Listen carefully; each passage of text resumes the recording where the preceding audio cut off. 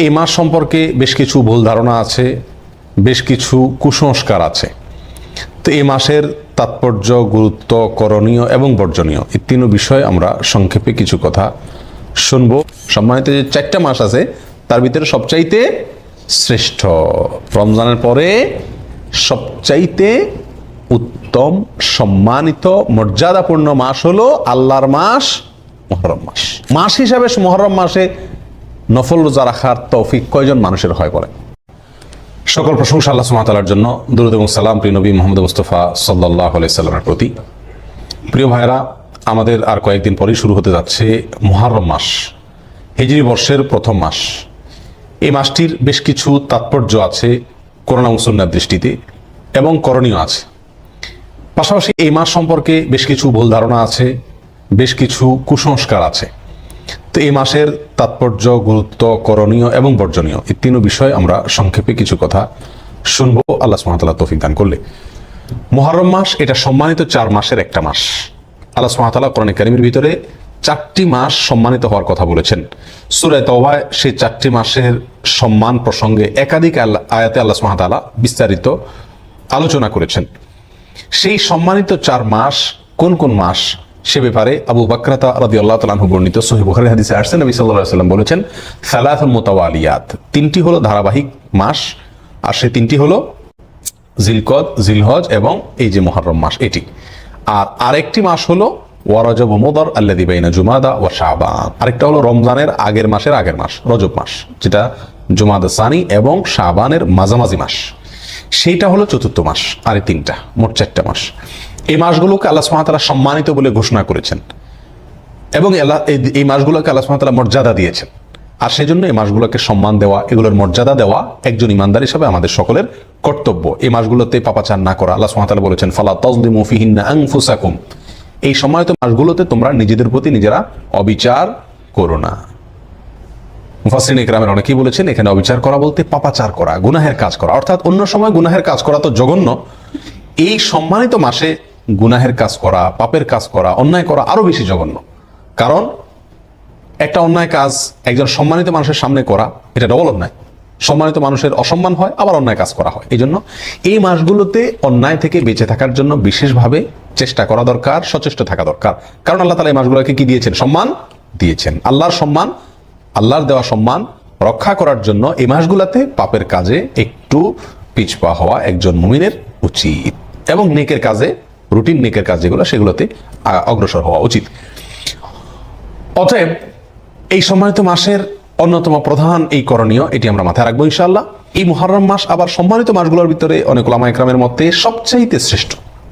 সম্মানিত যে 4টা মাস আছে তার ভিতরে সবচাইতে শ্রেষ্ঠ, এবং রমজানের পরেই মর্যাদার বিচারে শ্রেষ্ঠ মাস হলো এই মুহররম মাস।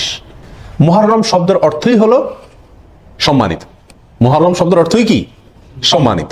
এই মাসটার নামই হলো সম্মানিত মাস, এবং হাদিসে এটাকে আল্লাহর মাস বলা হয়েছে। সব মাসই আল্লাহর, সব দিনই আল্লাহর, সব সময় আল্লাহর, কিন্তু এটাকে হাদিসে নবী করিম সাল্লাল্লাহু আলাইহি ওয়াসাল্লাম শাহরুল্লাহ, সহিহ মুসলিমের হাদিসে শাহরুল্লাহ বলেছেন, অর্থাৎ আল্লাহর মাস। আল্লাহর দিকে সম্বন্ধ করে এই মাসটির মর্যাদা আরো বৃদ্ধি করা হয়েছে। এই জন্য সম্মানিত 4 মাসের ভিতরে আবার এই মুহররম মাসের সম্মানটা তুলনামূলক বেশি। সেই জন্য এই মাসটার প্রতি আমরা বিশেষ খেয়াল রাখবো ইনশাআল্লাহ। প্রিয় ভাইরা, একটা কথা আমরা বারবার বলে থাকি, সেটা হলো সম্মানিত মাস কখন আসে কখন যায় আমাদের দেশের সাধারণ মানুষ বেশিরভাগ লোক জানেও না। আপনি যদি বুঝতে পারেন যে এই যে চাঁদটা উঠতেছে সামনে, এই মাসটা সম্মানিত মাস, তাহলে আপনি ওই মাসের সম্মান দেখানোর চেষ্টা করতে পারেন। কিন্তু আপনি টেরি না পান কখন মাস আসলো কখন গেল, কোনটা সম্মানিত কোনটা সাধারণ, তাহলে তো আপনি সে মাসের সম্মান দেওয়া, মর্যাদা দেওয়ার সুযোগই পাবেন না। এই জন্য এই ধারণাটি বিলুপ্ত হয়ে গেছে, যেহেতু সমাজ এটার ব্যাপক প্রচার করা দরকার যে বছরে হিজরি বর্ষের 12টি মাসের মধ্যে 4টি মাসকে আল্লাহ তাআলা সম্মানিত ঘোষণা করছেন কোরআনে। খুচরা কোনো বিষয় কোরআনে থাকে না, এবং সে সম্পর্কে আল্লাহ তাআলা বিশদ বিবরণ দিয়েছেন, সম্মান কিভাবে আমরা দেখাবো, অপপ্রচার করা যাবে না ইত্যাদি, যুদ্ধ বিগ্রহ করা যাবে না।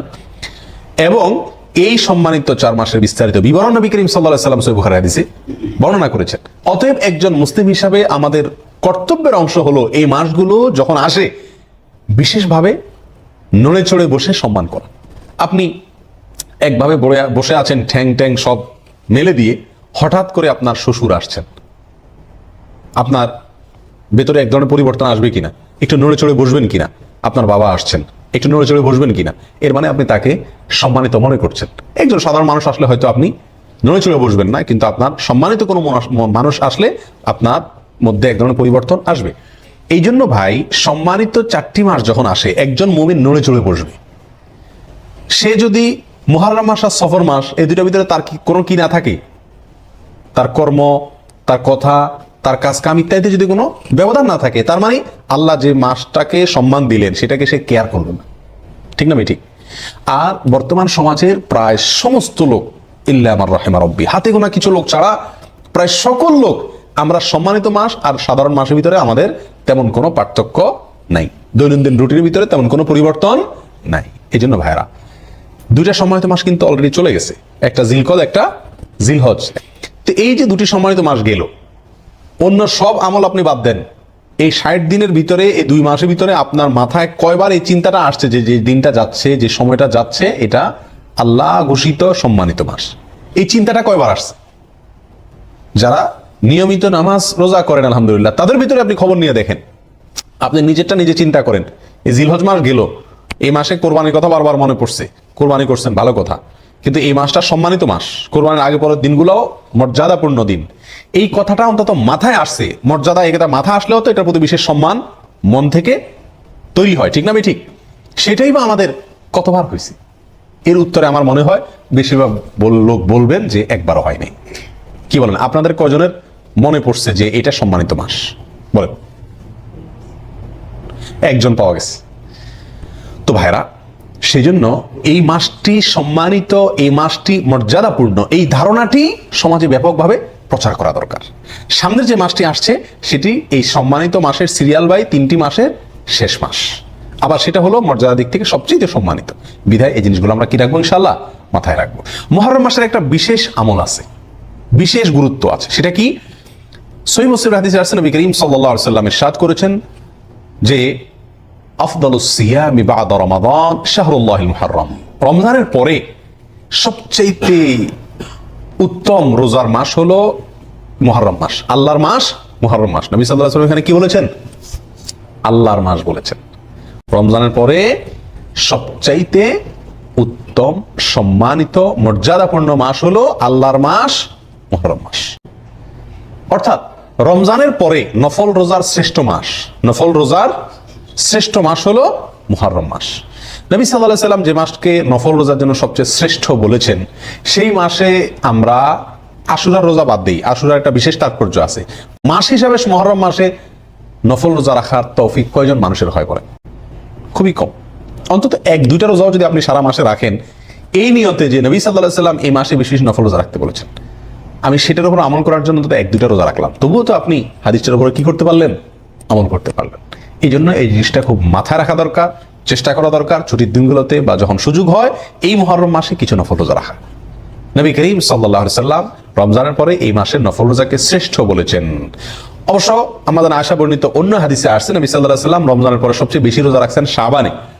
তো উলামায়ে কেরাম বলেন, এই মাসে যদি রোজা রাখা সবচেয়ে শ্রেষ্ঠ হয়, তাহলে শাবানে তিনি বেশি কেন রাখলেন? এর উত্তর হলো যে এই মাসের শ্রেষ্ঠত্ব এবং এই মাসে রোজা রাখা যে উত্তম, এই কথা আল্লাহর পক্ষ থেকে যখন ওহী আসছে, তার আগেই, তারপরে নবী সাল্লাল্লাহু আলাইহি ওয়াসাল্লাম আর এই মাসে রোজা রাখার সুযোগ পান নাই। এটা শেষ মুহূর্তে আসছে জীবনে, তার আগে তিনি ইন্তেকাল করেছেন। তারপরে তার মানে শাবান হলো তৃতীয় শ্রেষ্ঠ নফল রোজার জন্য, রমজান ফার্স্ট, সেকেন্ড হলো মুহররম, এরপরে 3 নম্বর অবস্থান হলো কোন মাসের? শাবান মাসের। তো শাবান মাসে নবী সাল্লাল্লাহু আলাইহি ওয়াসাল্লাম বেশি বেশি নফল রোজা রাখছেন, কারণ তিনি সেটা আমলের সুযোগ পাইছেন। আর মুহররমেরটা তিনি বলছেন কিন্তু নিজে করার সুযোগ পান নাই, তার আগে ইন্তেকাল করেছেন।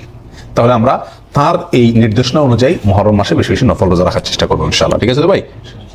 এটা গেল মুহররম মাসের করণীয় প্রসঙ্গে। এই মাসে এই একটি মাত্র মূল করণীয়, বিশেষ সম্মানিত মাস হিসাবে যা যা তা তো আছেই, মুহররম মাস হিসাবে এই মাসের মূল করণীয় হলো এই মাসে বেশি বেশি কি রাখা? নফল রোজা।